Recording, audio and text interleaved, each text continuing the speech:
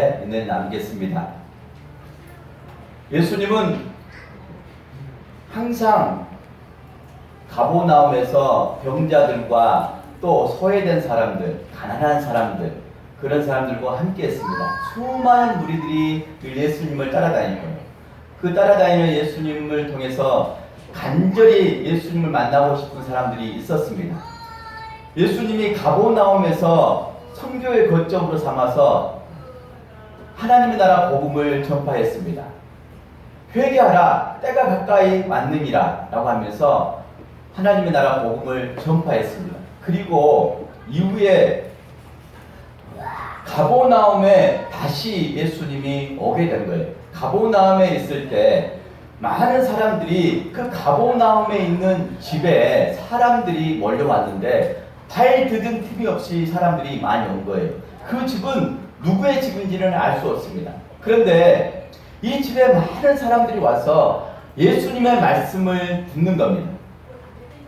우리 본문 말씀 2절 말씀 다시 한번 읽어볼까요? 2절 말씀 시작. 많은 사람이 모여서 문 앞까지도 들어설 자리가 없게 되었는데 예수께서 그들에게 뭐를 말씀하시더니, 가버나움의 집에 사람들이 문 그 틈에 들어올 수 없을 정도로 사람들이 많이 온 거예요. 그러면서 예수님의 도는 말씀이에요. 말씀을 듣고 있었어요. 그런데 이 말씀을 듣고 있는데 한 중풍병자를 4사람이 상에 메어서 데리고 옵니다. 그런데 들어올 수가 없는 거예요. 문을 열면 예수님께 나올 수가 없는 거예요. 사람이 그렇게 많았어요. 그래서 이 4사람이 거기서 포기하지 않고 어디로 간 거예요? 지붕으로 올라간 거예요. 팔레스타인의 집은 이렇습니다. 집이 대들보가 있으면 그 대들보에 무엇을 올리냐면 갈대나 또 마른 풀이나 가지, 나뭇가지를 거기에 덮습니다. 그리고 점토를 그 위에 채워요. 그리고 그 집 옆에 계단이 있어요. 그 집으로 올라가는 계단이 있습니다. 이 4명의 사람이 중풍병자를 상에 매가지고 그 지붕으로 올라가는 겁니다. 중풍병자는 어떤 병이냐면 뇌졸중에 쓰러져서 이 말이 막히고요. 또 손이나 어떤 신체의 특정 부분이 움직이지 않는 거예요. 스트레스나 또 고혈압이 있는 사람이 떨어진다라고 말하잖아요. 뇌졸중으로 떨어지면 풍이 됩니다. 풍이 되면 이 풍이 된 사람은 말을 못해요. 그리고 특정 부분이 피가 통하지 않기 때문에 마비가 됩니다. 아주 단단한 살이 돼요. 이게 풍인데 이 중풍병자를 데리고 온 거예요. 근데 이 중풍병자가 어떤 사람이기에 4사람이 상에 메어서 데리고 왔을까? 그리고 그 길이 막혔는데 다시 지붕까지 올라가서 지붕을 뜯은 거예요. 지붕을 뜯을 수 있는 그런 지붕이라고 아까 설명했습니다. 콘크리트 지붕이 아니기 때문에 뜯을 수 있는 지붕이었어요. 지붕을 뜯어서 위에서 그 상은 지금으로 말하면 119에서 와서 싣고 가는 들거가 아니에요. 그냥 그 겉옷처럼 생겨서 상을 만든 거죠. 그러면서 끈을 묶었겠죠. 끈을 묶어서 그 뜯은 지붕 위에서 그 중풍병자 상을 내린 거예요. 와, 제가 설교하고 있는데 이 지붕을 뜯어서 지금 상을 내린다고 생각하면 저는 당황했을 것 같아요.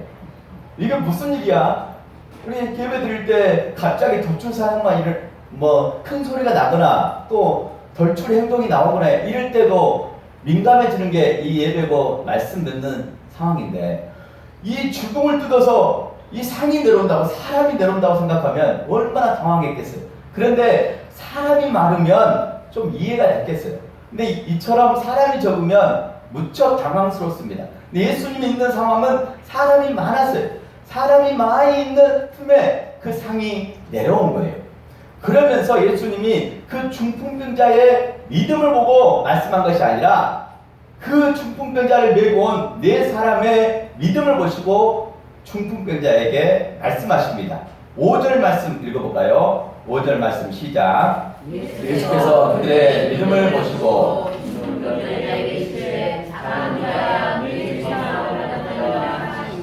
아멘. 예수께서 그들의 믿음을 보시고, 그들의 믿음은 누구의 믿음이에요? 네 사람의 믿음이에요. 네 사람의 믿음을 보신 겁니다. 이 네 사람이 어떤 믿음이 있었길래 문에 들어올 수도 없는 사람이 많은 상황인데 그냥 돌아갈 수도 있는데 돌아가지 않고 지붕까지 뜯어서 그 중풍병자를 내리고, 그 중풍병자가 자기와 어떤 사람이 관계가 있길래 그토록 그를 사랑하고 불쌍히 여겨서 지붕까지 뜯어서 위에서 내린다는 말입니까? 이 네 사람의 믿음을 보신 거예요, 예수님이. 오늘 우리가 예배를 드릴 때, 또 영적인 삶을 추구할 때 반드시 막히는 것이 있습니다. 오늘도 중풍병자를 데리고 왔을 때는 얼마나 힘들어요. 거동이 불편한 사람 데리고 오기가 얼마나 힘든지 모릅니다. 얼마나 신경이 쓰인지 몰라요. 힘들게 데리고 왔는데 그 문에 들어올 수가 없는 거예요. 웬만한 사람 다 포기하고 다시 돌아갑니다. 이게 무슨 일이야? 예배 드리려고 하는데 이게 무슨 일이야? 라고 돌아갈 수밖에 없습니다. 영적인 삶도 마찬가지예요. 은혜 받으려고 하면 또 방해하는 세력이 있는데 그 세력이 막히면 대부분 믿음이 없는 사람은 포기합니다. 거기에서 멈춰요. 다시 돌아갑니다. 내가 여기 알면 갈 데가 없을까? 라고 접어버립니다. 포기합니다. 오늘 우리에게 주신 메시지가 이 네 사람을 통해서 주는 메시지가 있습니다. 그들은 포기하지 않았어요. 적극적인 반응을 합니다. 적극적인 행동을 해요. 거기서 멈추지 않고 뭐가 할 수 있는 방법이 없을까? 예수님 만나는 방법이 없을까? 다시 기도하고 생각해 봅니다. 그러면서 지붕이 있잖아. 지붕 올라가는 계단이 있잖아. 올라가면 되잖아. 이 지붕을 어떻게 뜯고 나중에 다시 보수해주면 되잖아. 중요한 것은 예수님 만나는 거잖아. 예수님 만날 수 있도록, 이 병자가 예수님 만날 수 있도록 도와주는 거잖아. 끝까지 포기하지 않고 그 지붕을 뜯어서 그 상을 내리게 된 거예요. 그러면서 예수님이 그 네 사람의 믿음을 보셨다라고 하신 겁니다. 오늘 우리가 영적으로 막힐 때, 예배가 막힐 때, 자기 온대로 되지 않을 때 포기하지 말고 하나님을 바라보시기 바랍니다. 그때 은혜가 임하고 예수님 만날 기회가 된 줄 믿습니다. 그 중풍병자가 예수님을 만나게 된 거예요. 그 예수님을 만나면서 예수님이 그 중풍병자에게 말씀합니다. 작은 자야, 그 중풍병자는 작은 자야, 내 죄사함을 받았느니라 하시니 라고 말씀합니다. 오늘 죄사함을 받았느니라 라고 말했을 때 서기관들이 앉아서 이 말을 듣게 된 거예요. 그러면서 이 사람이 이렇게 말하는 것은 신성모독이다. 하나님 한 분 외에는 죄를 사하는 권세를 가지신 분이 없는데 감히 죄를 사하는 권세를 말하다니. 그러면서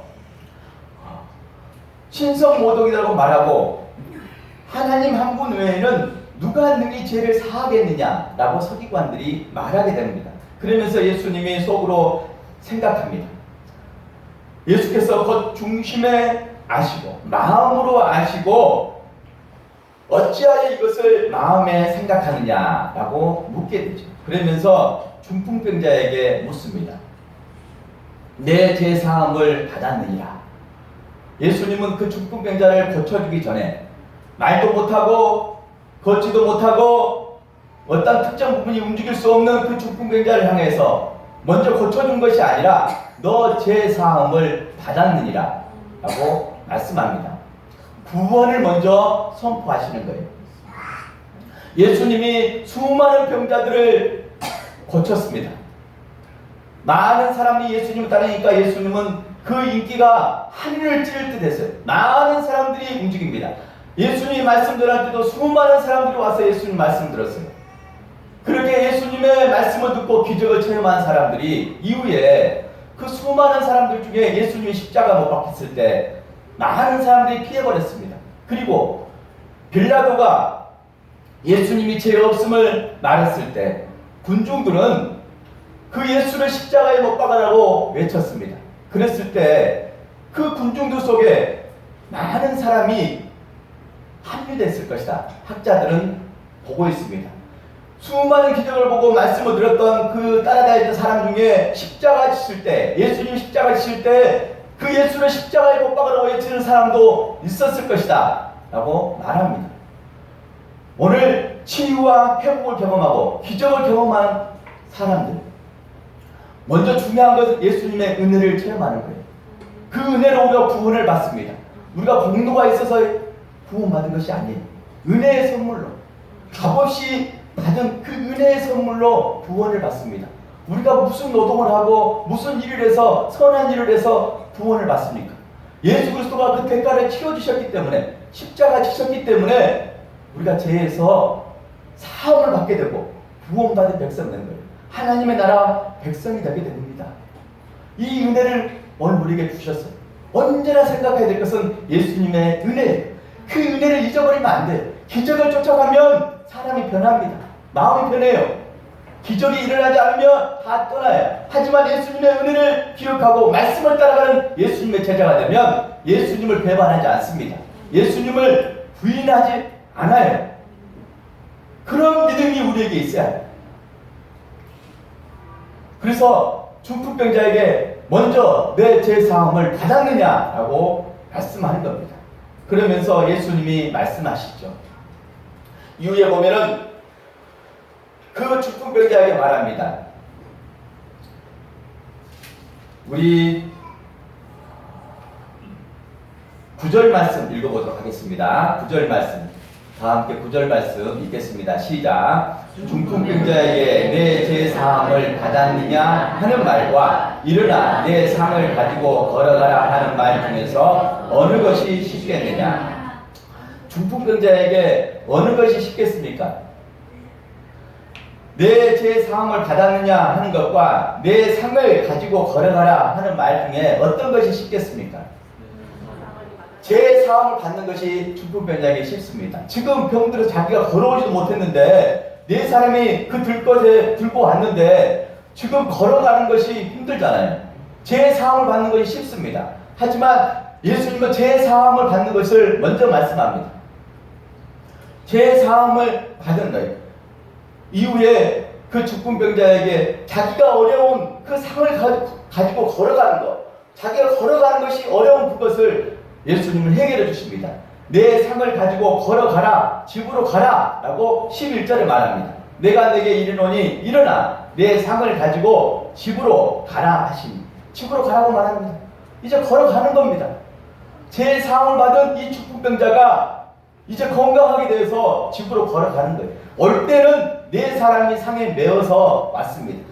문으로 들어오지 못하고 지붕을 뚫어서 그냥 그 위에서 그 상이 내려온 거예요. 그러면서 예수님이 그 중풍병자를 만나주시고, 그 만나주신 이유가 네 사람이 그 중풍병자를 데려오는 믿음을 보시고 그 중풍병자를 만나주시고 말씀해주시고 내 죄사함을 받았느니라고 선포해주시고 걸어갈 수 있도록, 집으로 걸어갈 수 있도록, 들 것을 들고 걸어갈 수 있도록 치유해 주셨습니다.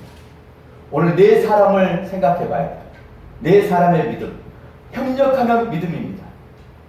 한 사람의 믿음도 소중해요. 하지만 그 사람의 믿음이 정비하면 다른 사람의 믿음이 정비해요. 합력하여 선을 이루는 것이 중요합니다. 오늘 우리가 개인적으로는 잘해요. 혼자는 잘합니다. 하지만 협력하고 함께하는 것을 잘 못하는 사람이 많아요. 진짜 잘하는 사람은 협력을 잘해야 돼요. 협력하는 것을 잘해야 됩니다. 오늘 하나님이 세운 목사님을 통해서 교회를 세웁니다. 이 교회는 본질이 복음 전파예요. 성경의 주제는 하나님의 나라입니다. 핵심은 예수 그리스도예요. 복음을 전파하고 하나님 나라를 확장하고 예수 그리스도가 영광을 받고 온 세계까지 전파되는 그 사명을 교회에 주셨습니다. 이 교회에 사명을 주셨을 때 목사님을 세워서 이 사명을 이루게 해주셨어요. 이 목사님을 세워서 이 사역을 이루어가야 되는데 이 목사님을 통해서 하나가 되는 거예요. 성령 안에서 하나 되고 교회의 주인 되는 예수님을 모시고 하나가 되어서 나갈 때 아름다운 사역이 펼쳐지고 생명 살리는 역사가 일어나게 됩니다. 그래서 협력하는 것이 중요해요. 자기 개인적인 의견과 생각과 주장이 있지만 그것이 나올 때마다 조금 더 참아보고 억제하고, 그래서 협력하는 것을 잘 할 때 그 협력을 통해서 선을 이루게 되게 될 줄 믿습니다. 누가 로마서 8장 28절 말씀에 이렇게 말씀합니다. 우리가 알거니와 하나님을 사랑하는 자 곧 그의 뜻대로 부르심을 입은 자들에게는 모든 것이 합력하여 선을 이루니라 라고 말씀합니다. 하나님을 사랑하는 자, 그의 뜻대로 부르신 자는 모든 것이 협력하여서 선을 이룬다라고 말합니다. 합력할 때 선을 이루게 되는 거예요. 우리는 하나님의 사랑을 입은 자잖아요. 하나님의 뜻대로 부르심을 입은 자잖아요. 그래서 협력하는 것이 중요합니다. 이제 후반기에 우리 교회가 아직 남성교회, 여전대회가 없어요. 그래서 이 조직을 하려고 합니다. 그리고 이제 구역예배인 목장 이 조직도 하려고 합니다. 그래서 가끔씩 오후 예배 우리 가까운 좋은 곳, 순천 정원 박람회 그런 데 가서 야외에 가서 예배드리기도 하면서 또 친교도 하고 가까이 할 수 있는 그런 모임들을 가지려고 합니다. 저는 이 조직이 여러분의 친교를 통해서 협력하는 것을 배워가는 거지 어떠한 조직을 통해서, 거대한 조직을 통해서 일을 목적으로 하는 것이 아닙니다. 협력을 잘해야 돼요. 기도할 때도 자기 혼자 기도하지만 자기 기도 제목이 있을 때 서로 나눌 수 있는 사람, 정말 자기 속에 있는 말을 나눌 수 있는 그 목장이 남성교회, 여전도회, 식구처럼 그렇게 친구가 이루어지는 그것이 중요합니다. 왜냐하면 그 속에 예수님이 계시기 때문에. 오늘 한 사람의 믿음도 중요하지만 협력해서 그 믿음이 이루어질 때 참으로 그 믿음이 귀한 거예요. 한 사람이면 해한다고 말했습니다.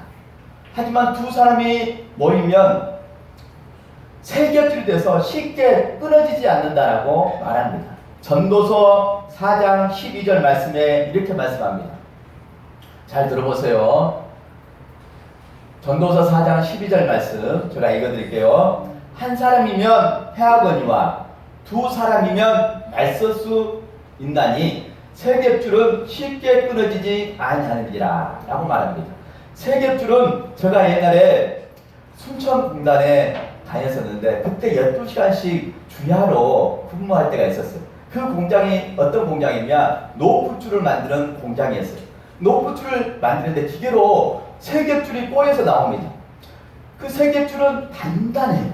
끊어지지 않습니다. 저도 농사 지을 때 아버님이 새끼줄을 꼬을 때 그 새끼줄을 세 가닥으로 꼬을 때 그걸 잘 봤어요. 그러면 그 세 가닥 꼰 새끼줄은 잘 끊어지지 않습니다. 오늘 우리의 신앙생활도 한 사람일 때는 쉽게 넘어지고 패하지만 가족이 뭉치고 또 목장 식구들이나 남성교회, 여전도회 식구가 뭉치고 교회의 성도들이 하나가 협력해 뭉치면 그 세 겹줄일 때는 끊어지지 않는 거예요. 절대 예수님을 배반하거나 교회를 떠나지 않습니다. 교회를 잘 적응하지 못하는 사람들이 있어요. 그 사람들은 쉽게 이단에 빠질 여지가 많습니다. 교회에 적응하지 못하는 것은 뭔가 다른 색으로 많이 봐요. 다른 사람을, 나하고 다른 생각을 가진 사람을 존중히 여긴 것이 아니라 틀렸다고 말합니다. 그것은 틀린 것이 아니라 자기와 생각이 다를 뿐이에요. 그런데 적응을 잘 못하는 사람들이 많아요. 교회에 적응을 잘 못해요. 예배드리고 친교하고 서로 어울리고 이것을 잘 못하는 부분이 많습니다. 그런 사람은 이단이 도와주잖아요. 이단이 뭔가 제시하잖아요. 쉽게 따라가 버립니다. 그러면 훈련을 받고 교육을 받은 이후에는 그 교주가 하나님이 되기 때문에 다른 교회는 다 이단이라고 말합니다. 그래서 그 이단에서 나오지 못하는 사람들이 얼마나 많은지 몰라요. 가족들은 예타고 기다립니다. 하지만 본인은 나오지를 않는 거예요. 그렇게 예타는 그 사람들이 얼마나 순천에 많은지 몰라요. 관양에 얼마나 많은지 몰라요. 오늘 우리가 교회 적용을 잘해야 돼요. 예배 적응을 잘해야 됩니다. 서로 협력해서 어울리고 친교하는 이 일을 잘해야 돼. 그래야지만 예수님을 만날 수 있고 그 속에 사랑을 발견하고 자기 기쁨이 충만하게 되게 될 줄 믿습니다. 아멘. 오늘 세계주의들은 우리 순천 우리교회 모든 성도들 되기를 간절히 축원합니다. 아멘. 오늘 네 사람의 믿음, 헌신한 믿음이잖아요. 희생한 믿음이잖아요. 섬기는 믿음이잖아요. 그 중풍병자가 어떤 관계에 이끌려요? 그토록 그를 메워서 가버나움 그 집까지 데리고 들어갈 수 없는 상황인데 지붕까지 들어서 그 중풍병자를 상해 그 지붕으로 내려서 그 중풍병자가 제3 영생의 기쁨을 누리고 또 그 병에서 고침받게 하는 그 믿음이 이 네 사람에게 있었는데 그 네 사람의 믿음에는 사랑이 있는 거예요. 영혼을 불쌍히 여기는 사랑이 있었습니다. 사랑하는 여러분, 사랑에도 가짜가 있습니다. 내가 사랑한다, 좋아한다 말했는데 그 속에 사랑이 가짜가 있어요. 결혼할 때 남녀가 정말 죽자 사자 사랑합니다. 좋아합니다. 좋아한다고 사랑한다고 고백합니다. 결혼했어요. 결혼했는데 그 사랑이 1년 사니까 점점 식어집니다.